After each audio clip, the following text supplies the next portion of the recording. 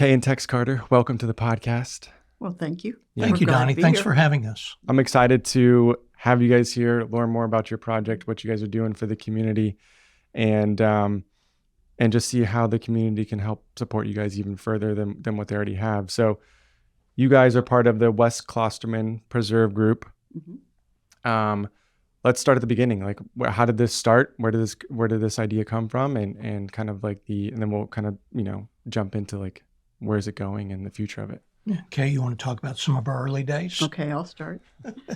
In about December of 2019, the school board was faced with a decision to go ahead and sell this piece of property that we now call the West Klosterman Preserve. They had this property that they'd had for 30 years, and they were not going to use it for any school purposes, and the state kind of said, if you want money from us, you're going to have to liquidate these properties that you have that, can bring you some funds.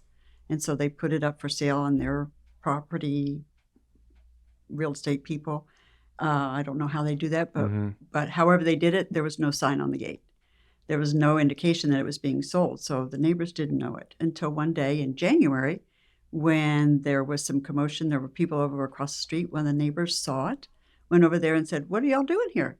And they said, "Well, we're about to sell this property." And he went home and he made up a bunch of flyers and went out to the neighbors and said, "We got to stop this. This is property that's been connected to the Mariners Point management area, which is a preserved piece of property that it shares a border with." And so they had a big meeting of the neighbors, and they got together and they were ready as a grassroots group to go to the school board and say, "Don't do this," and be a bit confrontational. Tex and I kind of got involved, and I said, I agree with this, but I don't like the confrontational way. Sure. So if I want to be part of it, we're going to have to do a more collaborative approach. And kind of from that initial, they had already gone to the school board once and, took a very confrontational approach. And it didn't work. It didn't work. And surprise. And so COVID hit at that time, and things were changing because of that. And we took a very small group and we formed a 501c3 and started working with them on a more collaborative way, trying to show them that we were serious, that we had good reasons for not wanting this particular piece of property developed, because that was the plan, was to come in and bulldoze it and build a bunch of condos, which would have gotten rid of all the wildlife and the flora and fauna that are there. You want to come in? I think I'll try. The background, as Kay explained, is that the bidding for the process was really only open to developers who were planning to build condominiums, and that was the stated purpose for their bids. Their proposals came in around $3.3 million. Okay. As we started meeting with the school board and learned more about the property and its history, we realized that they hadn't done anything to improve it for 30 years that they had owned it. And prior to that, it had never been developed or really changed from what it was in original nature. So it was very much a part of the same ecosystem as the Mariner Point management area. Together, the animals and trees that lived on it considered it to be one piece of property, and they didn't care about the fences. We met with the school board. I'll just interrupt a little bit. Okay, go ahead. The Mariners Point management area is actually the lowlands of this, and this particular property is the upland, more upland section. So for a complete ecosystem, it was perfect. Yeah.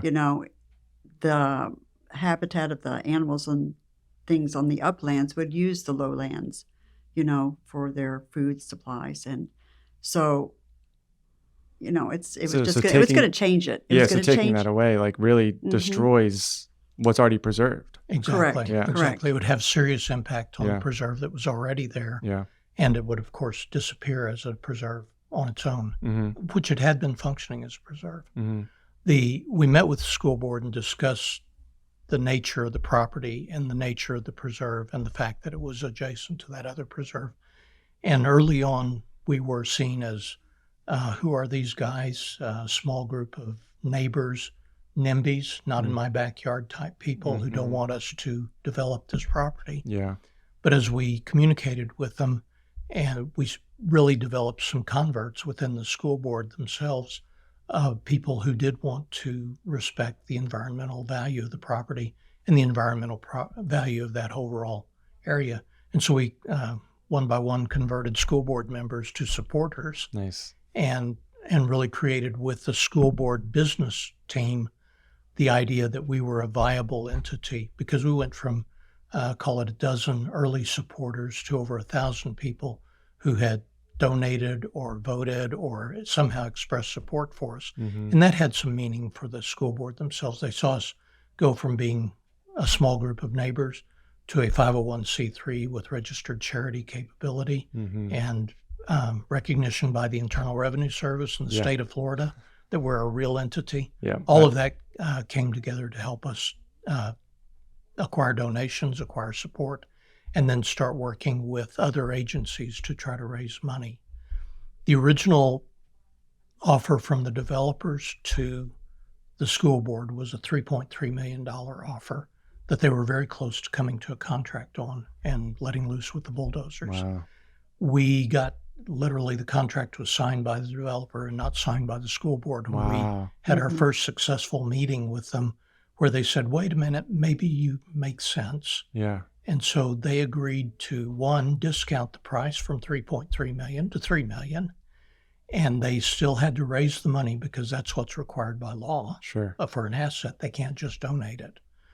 The $3 million price was agreed, and they said, and we'll give you a year to raise that money, and we'll tell the developers to go away and stand by, and if you're not going to be successful, we may invite them back. So they did create a one-year time frame for us to raise money. During that year, we went from being a startup charity to having raised enough money and developed enough presence in the community that the school board at the end of the 1 year said, you know, you guys are credible. This is a project we want to do. And so we'll give you the amount of time it's going to take for you to raise money. Wow. That's amazing. And with that kind of commitment from the school board to the deal, we were then able to start approaching the state legislators who Mhm. represented our area and also get an agreement with the county to take on the property. If we were able to save it, they would take it on as a attachment to the existing They preserve. would. We never intended to own the property. Yeah, Yeah. we're not You know, landowners. Yeah. we always intended to hopefully have the county say, yes, we'll accept it and we'll take responsibility for maintaining it. Sure. It's, a low maintenance type property if it stays as a preserve, and it's a minimal, amount of investment in Acreage, their right. time and Yeah, effort yeah. if it's a low impact park. But, our first desire would be for it to maintain as a preserve. And then if it's necessary in order to, save it, to have it be a low impact park, then, we're kind of okay with that. But Yeah. our first desire is to really just keep it as a preserve so that, the habitat is there. It's something, for Tex and I, we retired here in 2019. We had our place and we had been coming back and forth because we have 4 grandsons here. Okay. And You guys had just moved to We Florida. had just Yeah. moved here permanently when this all started happening, which I guess was good because, when you first move someplace, you have more time than once you're already involved in everything. Sure.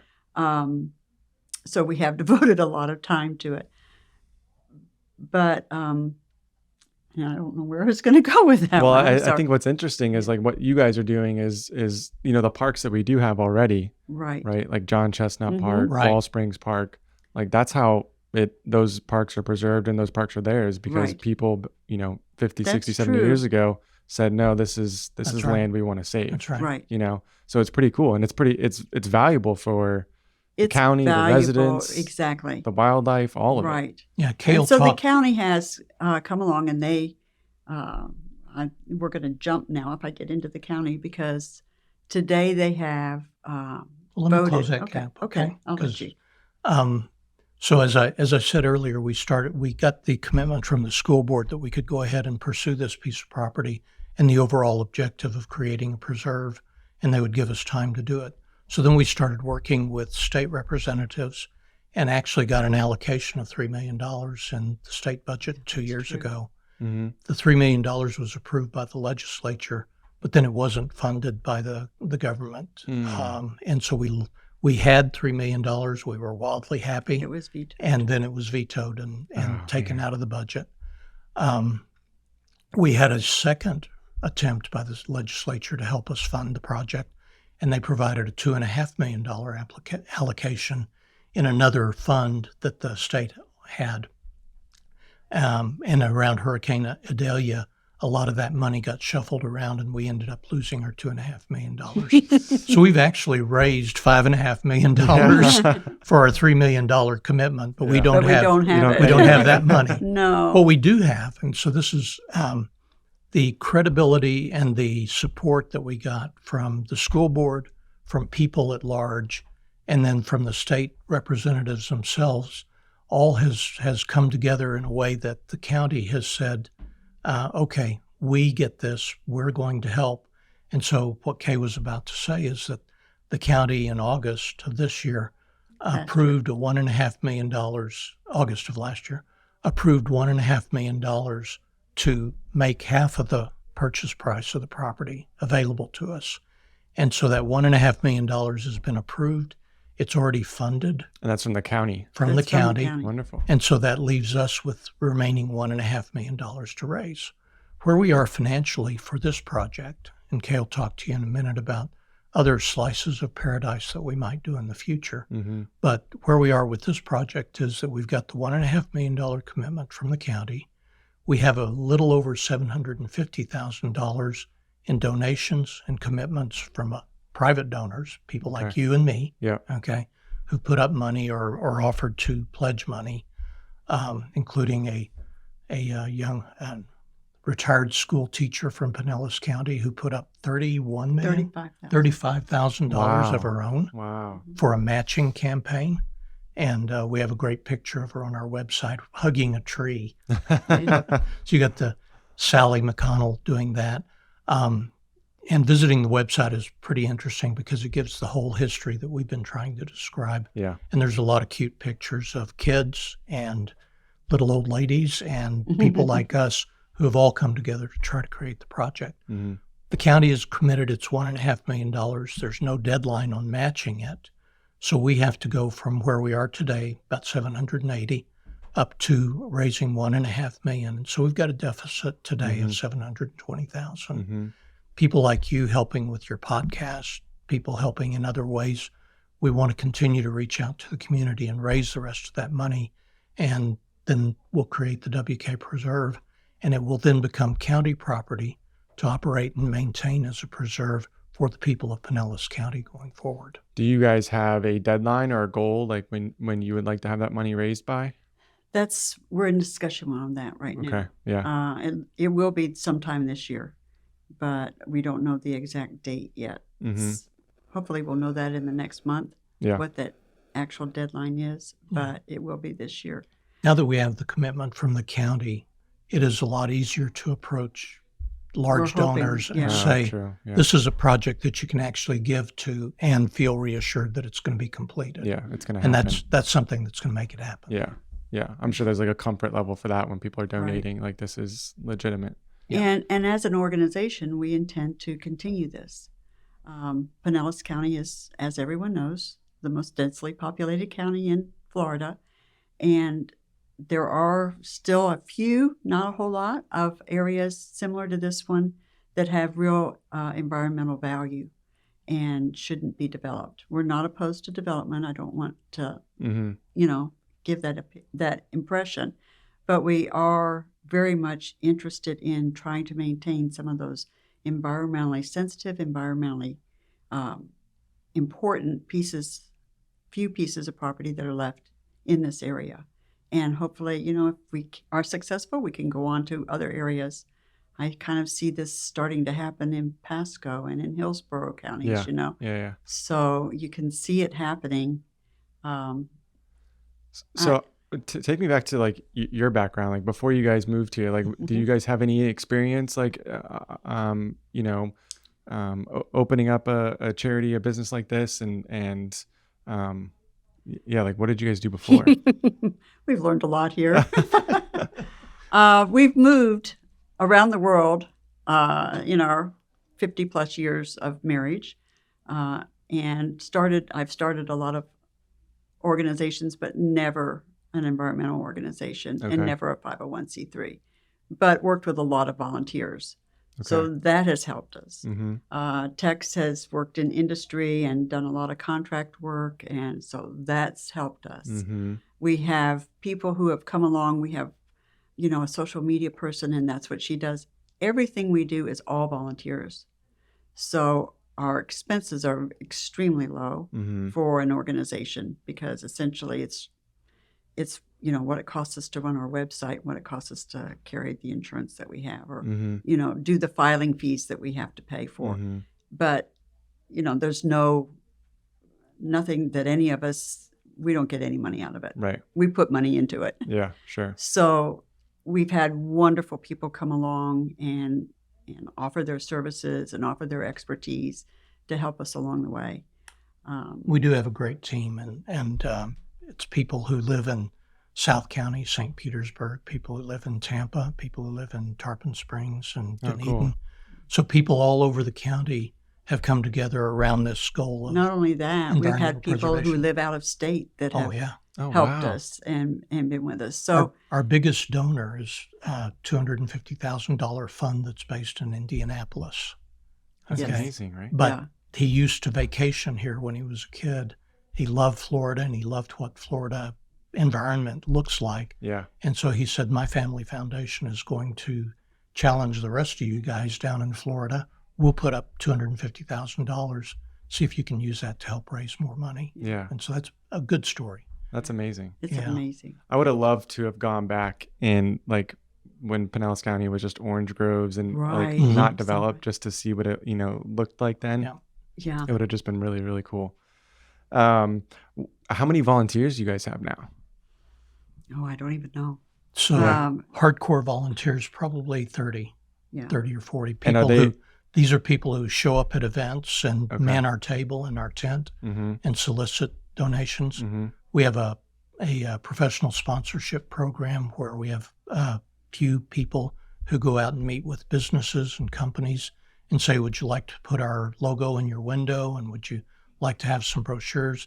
And oh, by the way, would you like to donate a little bit to us? Mm-hmm. And we give them presents on our Yeah, website. this is a brand new program that we're Brand new just program. now Okay. And so rolling out. some of the first people have signed up, and we give them presents on our website. We push them in our social media so that they're known. You're going to get that request, and we'll push you out on our website as well. Of course. Okay. Yeah. But the idea is that the group is growing, and it's growing not just around the West Klosterman Preserve, which is the first project, but around the idea of environmental preservation for Pinellas County. Mm-hmm. And as then, Kay, and as Kay beyond. said, saving the small slices of paradise Mhm. that still exist. Mm-hmm. Why is this important to you guys? It's important for the next generations. Yeah. We're in our 70s. It's not going to really impact us, Right. but it's going to impact our grandkids Mm-hmm. and the future generations. And we're responsible for that. If we don't leave them the opportunity to have what we had, then we've done a poor job. Mm-hmm. We've lived and worked in places like Saudi Arabia, Thailand, other parts of the country here, Chile. And as we've moved around the world, we've seen the difference that a good, solid environmental attitude in the public makes versus the extreme overdevelopment that you find in places like Tokyo or Taiwan. Mm-hmm. And we want to maintain that level of environmental, sustainable development for the areas where we live and where we can make a contribution. Mm-hmm. We have a little game that we use at some of our events to kind of let children understand what we're all about. We line up 2 jump ropes and far enough apart that a child can't jump from one side to the other. And we ask them to pretend to be an animal of their choosing and get from where they're standing on one side of the jump rope to the other. Mm-hmm. And because that's where their food supply is going to be. And they'll go, we can't get that far. And then we take a couple of hula hoops and we lay them on the ground and we say, okay, can you jump from that from where you are to that hula hoop and then to that other hula hoop? And then can you get there? And they're like, yeah, we can do that. We can do that. And that's kind of what we're trying to do. We're trying to save those little slices of paradise, those little things that allow the environment to continue, because you got the resources for the plants, the animals, the insects, everything they can get from one to the other to be able to be sustainable. Mm-hmm. And so I think that it's a good example of what we're trying to do. And I think it's a good idea too, like, or a good thought. It doesn't take much, right? Like you don't need hundreds of acres to preserve. Like you can just Right. preserve these small little plots of That's right. land that we still have, and it still makes a huge impact for the community. Right. Yeah. We've got the Florida Wildlife Corridor, which is an amazing project Mm-hmm. and is really important.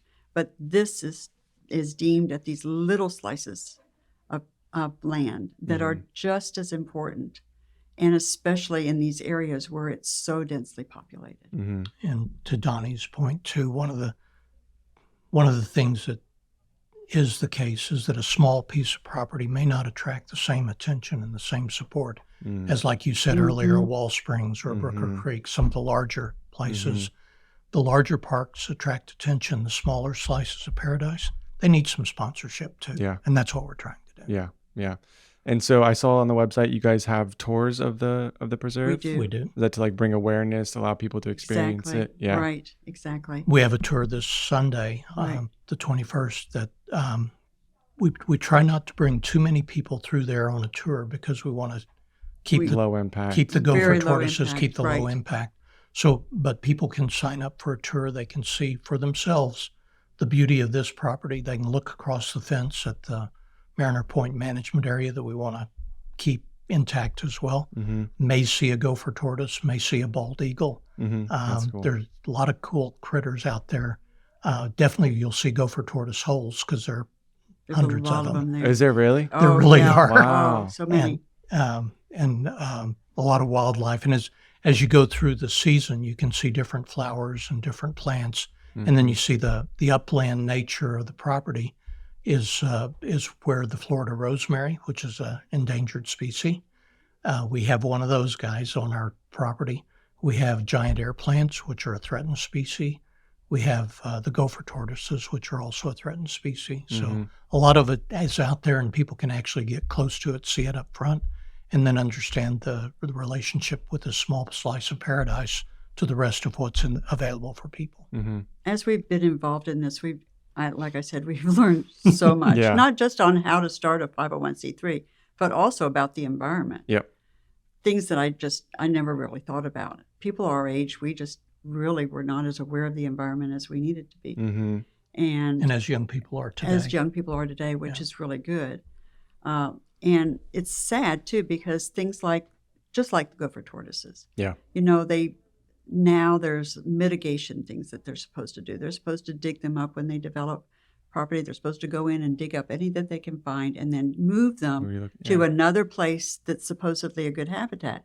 But what they found is that gopher tortoises have a hugely homing. developed homing instinct, and they want to go back to their property, and they will dig their way out of those places. Yeah. And then they get killed. Yeah. And the food supply isn't enough in those places, so then they die. So it's really, we need to maintain habitat for them or we will lose them. Yeah. And they're a keystone species, meaning that their burrows are home to over 60 other species. And so without them, then those other species will die. Yep. A little thing about gopher tortoises, a baby gopher tortoise will dig a hole. When it gets too big for its hole, it won't make it bigger. It will go dig a new hole. And that hole becomes The the home for habitat for something another else. critter. Okay. Okay. And as they get bigger and bigger, they just dig more and more homes for other critters. That's why they're called a keystone species. Yeah. When I growing up, like I was always outside, and I think maybe my generation was like the last to like always be outside growing up. But I think that's where my love for the outdoors kind of developed. And then, like I mentioned before, like I have a degree in biology. I learned from Dr. Hugel, and that's where my passion like just kind of like flourished and really began to appreciate like how everything is intertwined. It is. And it's amazingly it really is amazing. and it's just to be able to experience that, right? Mhm. So Yeah. to save that land is super important. Just like the parks that we have, like I mentioned, Wall Springs, John Chestnut, Right. like those are great places to visit, Mhm. and They there's are. so much wildlife There there. is. And so much that needs to be preserved. Yes. And, thank you for inviting us to your Yes. podcast, but you're certainly invited to come out and I'll give you a personal tour. I would love that. I would absolutely love that. What's plans for the future? Like, so you preserve the West Klosterman Preserve. What, do Then you guys we- have anything identified next? We have a couple of things that we're not ready to release the information on. One of the problems is that as soon as you let people know, the price kind of goes up. Mm. And it's so hard to raise the Imagine that. money. Yeah. Imagine that. Yeah. So, we're very closed-mouthed until we get kind of a commitment on the Yeah. pricing and all of that. And we also want to be able to say we've got the success. So we've got to get this done so that we can move on. Yeah. Well, I want to wrap up with just saying, thank you for what you guys are doing. Thank you It's for super having us. important. And how can people, if they want to donate, where can they find out more information and get involved? WKPreserve.com. That's our website, and it's the best place to go. There's a place you can fill out a form that says, I want to help, and tell us how you want to help. We'll get back to you, or you can go to our Facebook page, which is WK Preserve. Okay. So it's really easy to contact us. We don't have a physical location. Like I said, we're all volunteers, so we work virtually. Mm-hmm. So we don't have to pay any rent or anything like that.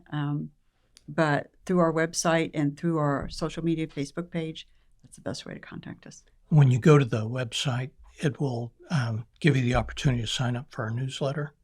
And we put out a newsletter every couple of weeks. Okay. Or once a That month. gives, or once a month, Mhm. depending on how quickly we can get to it and how much news we have to offer. Mm-hmm. But it's a good way to keep abreast of the events that we have, the tours that we have, all of the things that we're doing. And hopefully in the not too distant future, one of the newsletter's events will be we're going to sign the deal with the county and with the school board to buy the WK Preserve and save it. Yeah. Right. I look forward to that day. Yeah. That'd be cool. So do we. We do Yeah. too. I bet. We are so excited. I bet. Well, thank Well, you for your time. Yes, Yes. thank you so much. Thank you guys.